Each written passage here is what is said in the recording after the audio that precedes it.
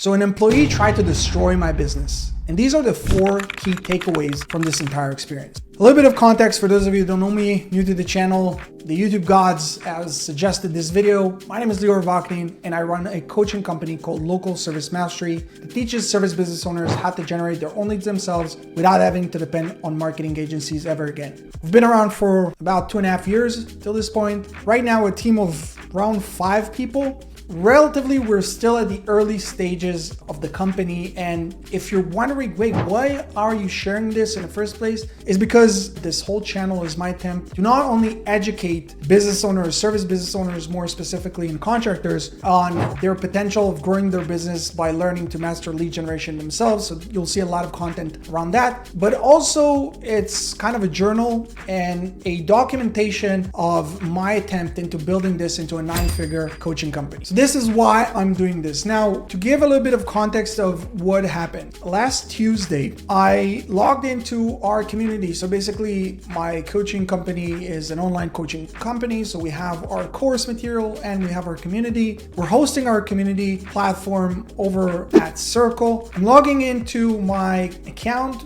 as every day I'm doing, trying to see, and I don't see any posts on any of our hubs. Nothing. Everything from scratch. So at first I thought, okay, maybe this is a glitch. I'm trying to log in from a different account, nothing. I'm getting messages from my customer success manager saying, hey, something's wrong. I can't see anything happening or any post in our community. That's where I start to realize something is off, something is wrong. And so at first I was like, wait, is this a bug? No. And I quickly realized after reaching out to Circle support that someone with access to one of the administrator level accounts under my company had manually deleted 517 posts from my community. Now, just to give some context, this is 2 years worth of materials. This is almost every question someone would have, whether we're talking about Google ads or SEO or Facebook ads or issues, technical issues with their WordPress website or whatnot, that not only that they posted, but also that we responded. There's the recordings, all the recordings for our weekly group calls. There's the wins in our community, the wins channel, which is a huge component for a coaching company that, people are like, hey, how do I even know that this is legit? You're sharing your screen, you're showing them all these, dozens of testimonials from business owners and contractors who are showing that they actually got the results that we're advertising. So it's a huge, huge, huge deal. I can't even emphasize how important this whole thing is. All right, so what are basically the 4 key takeaways from this entire experience? The first thing, and maybe the most important thing, is I understood that everything that happened was my responsibility. I can only point fingers and blame myself for the whole mess. Not Circle, who built this community platform, not people in my team who maybe share these credentials, not even the person who actually did this malicious act. It's only me. Now, why is this only me? This takes me into point number 2, which is giving too much credentials to people in the company. Up until this point, I have full faith in people, in humanity. I try to treat everyone as I want to be treated. Even when we have a downfall, maybe with one of the employees or something like that, and they want to depart, I'm always trying to leave on good terms. Even if I feel like that they're not being grateful or that they're not right, I'm like, you know what, whatever.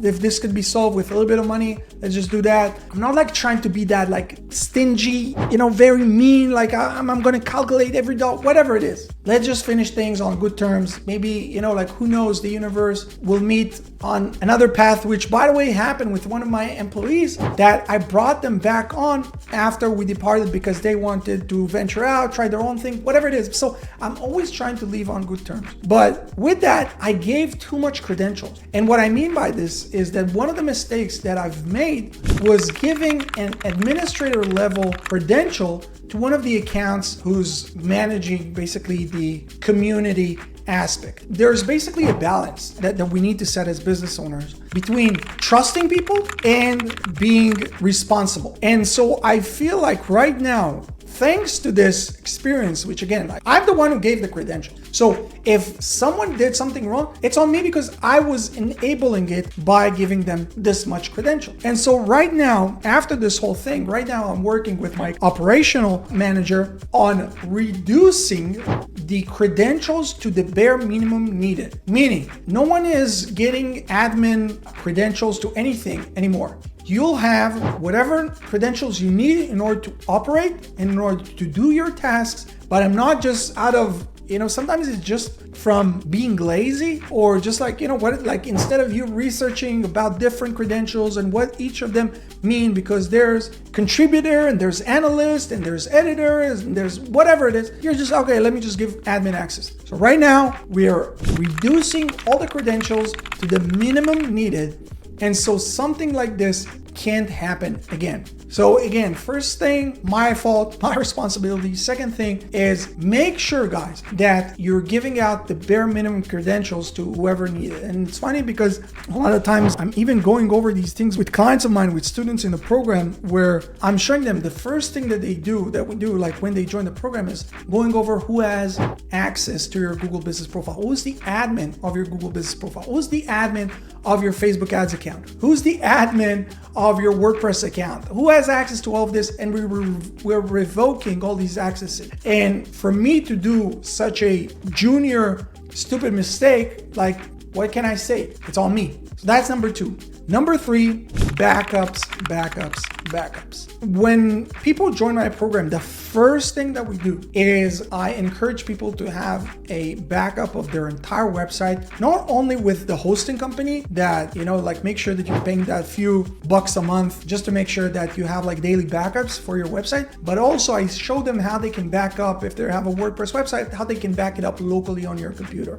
Now, with this platform, it's kind of complicated, but first, I didn't even know that there was an option of me backing up the entire content. And second, even if I knew, the backups weren't complete. And so just to give full context, once we restore the whole platform, some things weren't able to restore. And I asked them, okay, right now, after this whole incident, are we able to back up everything? And they still can't. So you need to know what platforms you're using, what backups are offered, and try to safeguard and protect yourselves against instances where backup is just like impossible. But if it's like your WordPress website, well, this is something that could definitely be entirely backed up.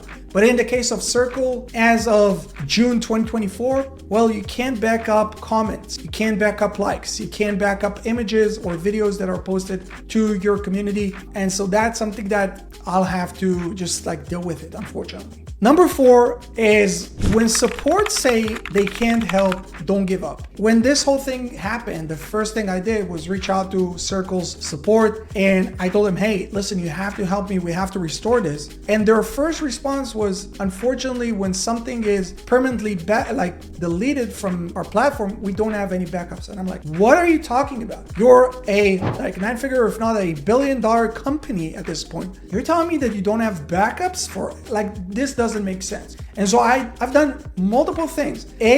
I've asked for this rep. I told him, hey, I explained the whole situation. I don't think you understand what's currently happening. This is my entire life's work that we're talking. We're talking about 2 years worth of content that just vanished. This is all my business. You have to try harder. There must be a way. So I tried to appeal to their emotion. That's number 1. Number 2 is I asked to talk to a senior person in the company. That's number 2. Number 3 is that I went over to Twitter and I both posted what happened publicly on my profile and privately I sent a DM to the CEO of Circle.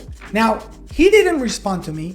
And to be fair, I don't know what happened on the back end of Circle's support system, but she came back to me, apologized, said that she talked to the tech team and they will be able to restore, like I said, most of it, but they won't be able to restore the likes, the comments, pictures, and so on. But at least that's a progress. At least we were able to restore some of the things. And so whenever you're getting a no, don't just leave it at that. Don't be like, okay, whatever. They're saying they can, they just can't. No, do whatever you have to do And if needed, go on to different communities. Like if this won't work, I would have gone to the Facebook community of Circle. They have their own Circle community within a Circle. So I would post and ask some help on this. I would stir the pot, because there's no freaking way in hell that a company like this, especially when like the notice was like within the last 24 hours. So it's not like, okay, this happened last year. Yeah, well, probably they won't have backups. But this happened today, and you tell me that there's no backups. This just doesn't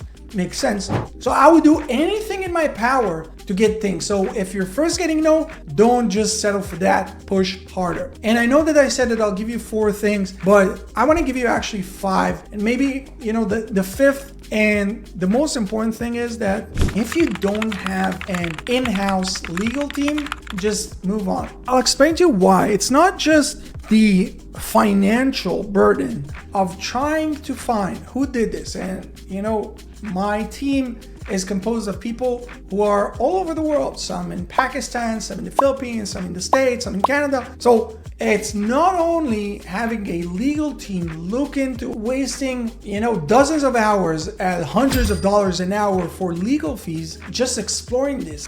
But more than this, it's just the energetic and emotional toll that it'll have on you as a business owner, going through just like, oh, I want to get this guy. I want to sue them. I want to screw their life. I want to do this. I want to do that. Like, I fucked up. That's how I started. The first point, I fucked up. It's on me.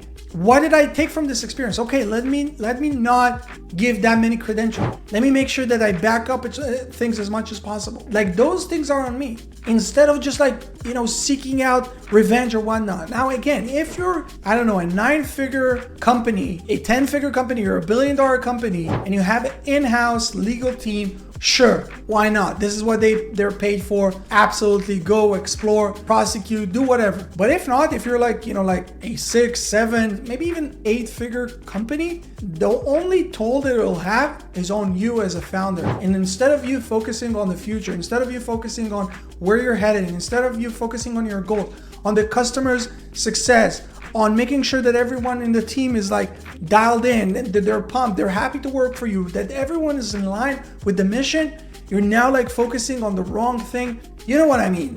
Focus goes where energy flows, or something like this. But the key principle here is focus on your future. Focus on where you're headed. Focus on the good, on the positive, because again, as an entrepreneur and as entrepreneurs in general, we're always trying to improve the world. We're trying to better things. We're trying to take something and make it better, leave it better than we found it. This is why we chose an entrepreneur path. This is why we're entrepreneurs. We just want to make things better, because we feel like we have the possibility, the capability, the strength, the ability to change the world in our own little, small, tiny bubble, in whatever it is that we do. So focus on this. And so these are really my 4 or 5 key takeaways from this whole experience. I understand the frustration. I understand the betrayal feeling of like, why the hell would anyone do this? Why the hell would anyone try to hurt me? Don't focus on this.